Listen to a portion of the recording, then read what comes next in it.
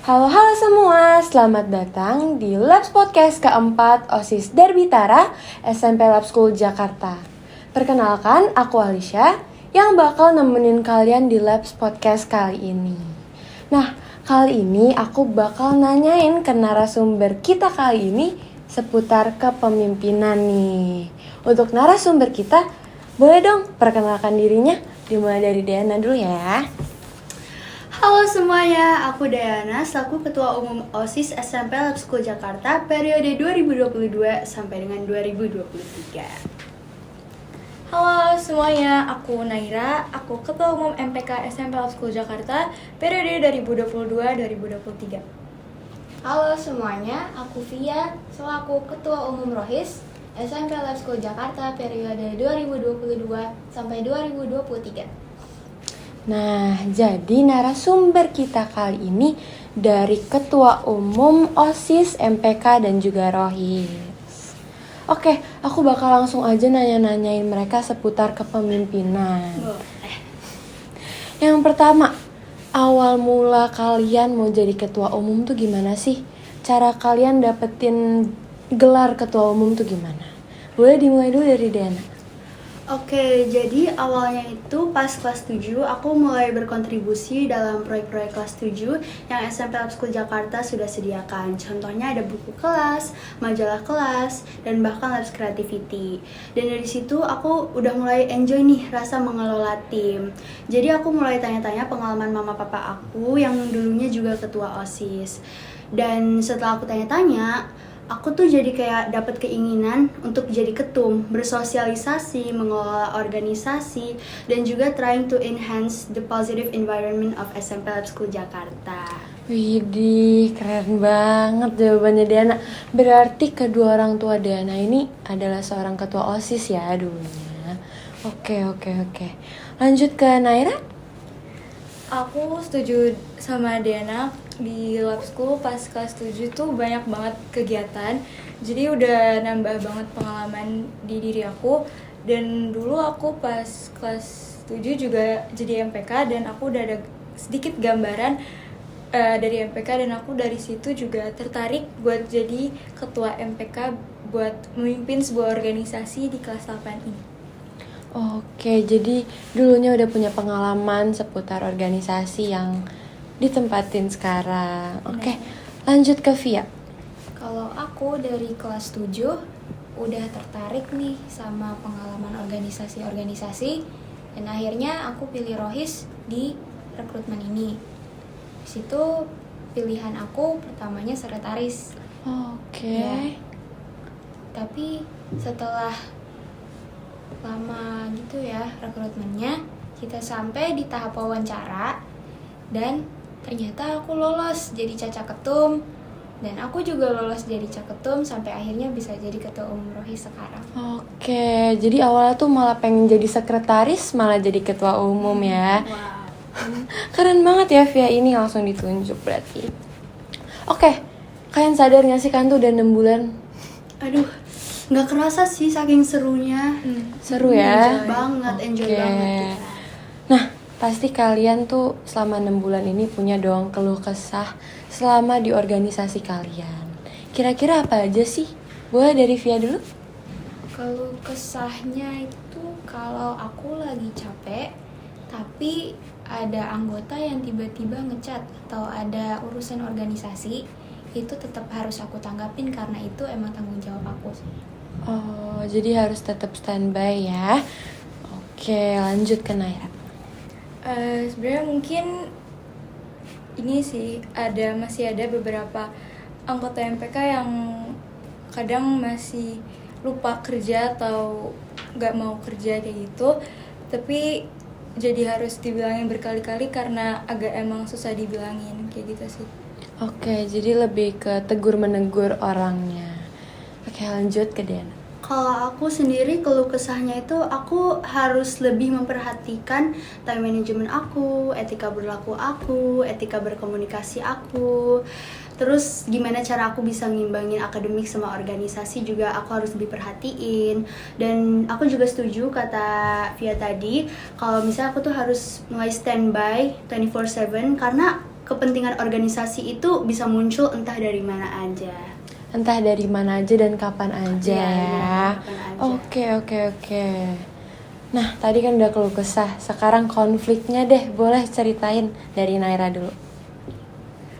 Mungkin kalau dari aku jangan mihak satu orang aja gitu. Jadi kita harus tanya satu persatu, habis itu baru cari jalan tengahnya dan diskusiin bareng-bareng gimana biar masalah konfliknya itu bisa selesai dan gak bakal keulang lagi gitu sih.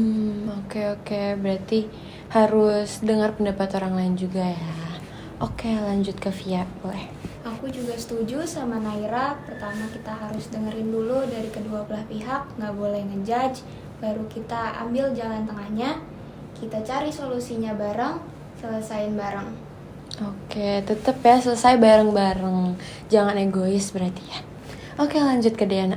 Oke, kalau dari dulu tuh aku udah dididik bahwa communication is key. Jadi komunikasi itu kunci.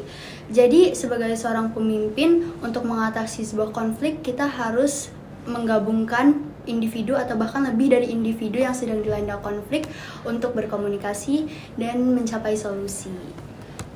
Oke, berarti emang komunikasi itu penting ya di Penting dalam banget dong. sebuah organisasi. Oke, boleh.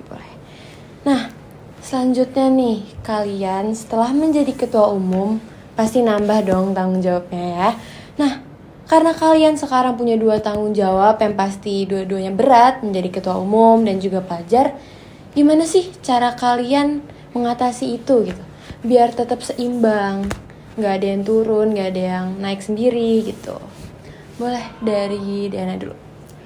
Oke, jadi aku itu harus lebih memperhatikan time management dan juga priority skill aku. Aku harus bisa mulai menyusun skala prioritas aku mulai dari mana dan dari mana. Dan juga time management aku juga harus lebih dilatih karena motonya itu begini, when if not now, kapan kalau bukan sekarang. Jadi time managementnya tuh harus bagus dan nggak boleh males-males. Oke, berarti ini sebuah pesan buat kita semua juga ya. Jangan mager-mageran, jangan kebanyakan main HP buat yang nggak penting. Oke, lanjut ke Naira. Aku setuju banget sama dia tadi. Jadi di sini kita juga dilatih cara manage waktu. Dan di sini aku juga pakai skala prioritas dari yang paling penting ke penting sama yang nggak terlalu penting. Dan di MPK aku ini kan aku juga nggak sendiri ya, aku ada anggota-anggota yang lain juga. Dan kalau emang aku lagi ada halangan yang penting banget, aku bisa minta tolong ke MPK yang lain kayak gitu sih. Oke, jadi saling membantu ya ketika dibutuhin. Karena kita juga kerja tuh gak sendiri. Bener banget. Oke, lanjut ke Via. Sama aku juga setuju sama Diana, Naira juga. Yang pertama itu kita harus tentuin skala prioritas, dan time management itu penting banget kalau udah berorganisasi. Jadi nggak boleh yang ada namanya males-malesan, itu tinggalin aja. Kalau ada yang paling cepet gitu, misal ada tugas udah mau selesai, deadline-nya udah mau selesai, itu harus dikerjain duluan.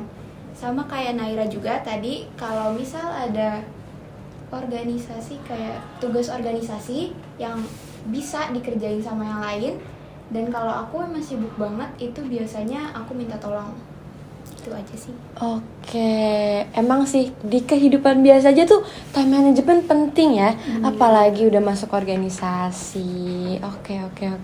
Bagus banget jawabannya, aku bakal tiru sih di kehidupan sehari-hari aku. Oke, selanjutnya cara kalian belajar tuh gimana sih?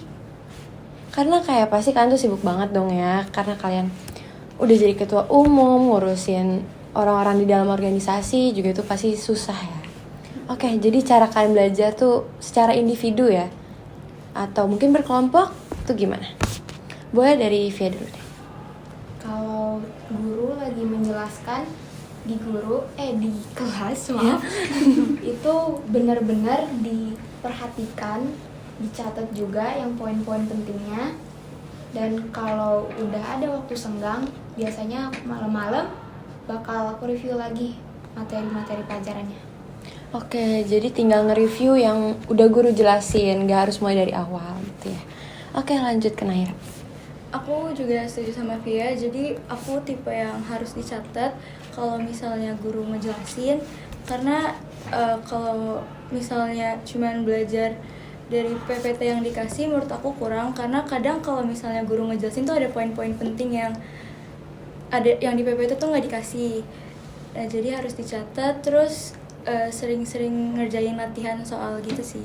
Kayak dari Google atau dari buku pemerintah atau dari manapun itu.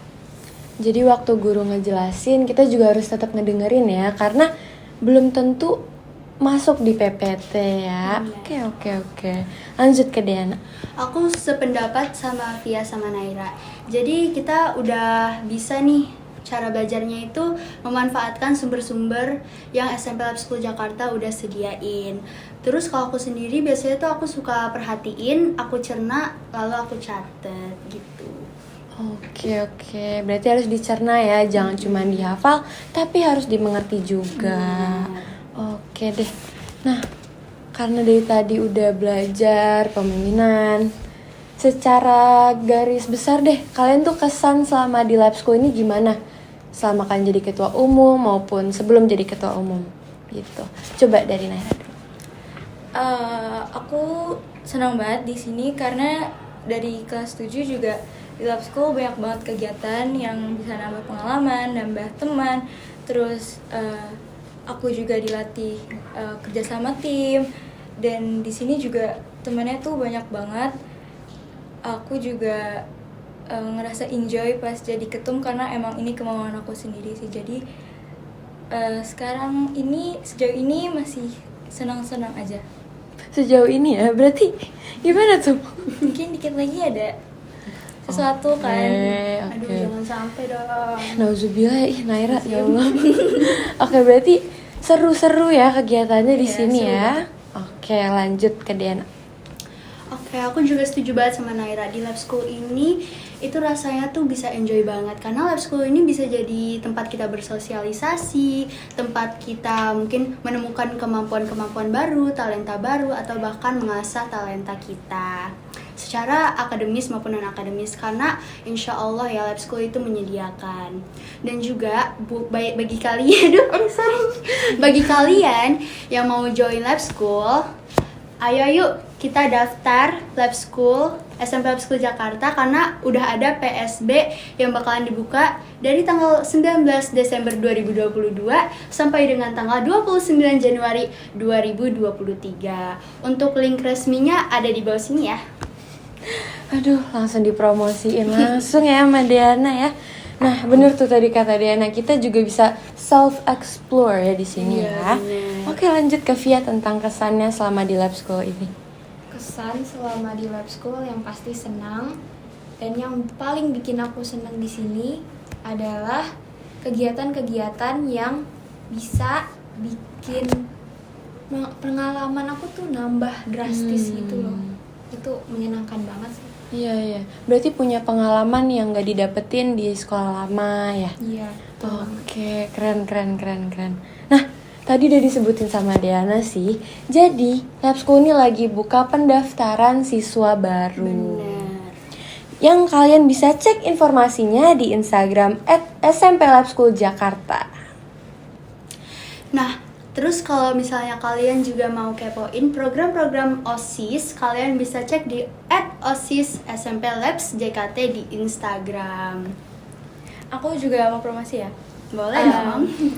Buat kalian yang belum follow IG MPK, bisa di follow di @MPK_SMP_Labs_JKT. Kasih. Jangan lupa juga buat follow @rohis_SMP_Labs_JKT. Makasih banyak. Oke, buat kalian jangan lupa follow ketiga Instagram organisasi tadi ya, biar nggak ketinggalan info-info dari masing-masing organisasi.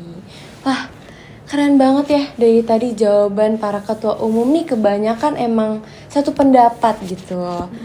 Ya, oke, kita udah mau selesai nih guys ternyata. Terima kasih ya buat Diana, Naira, dan juga Via udah mau datang ke Labs Podcast keempat kita. Makasih juga Alisa. Oke, Bye. Bye.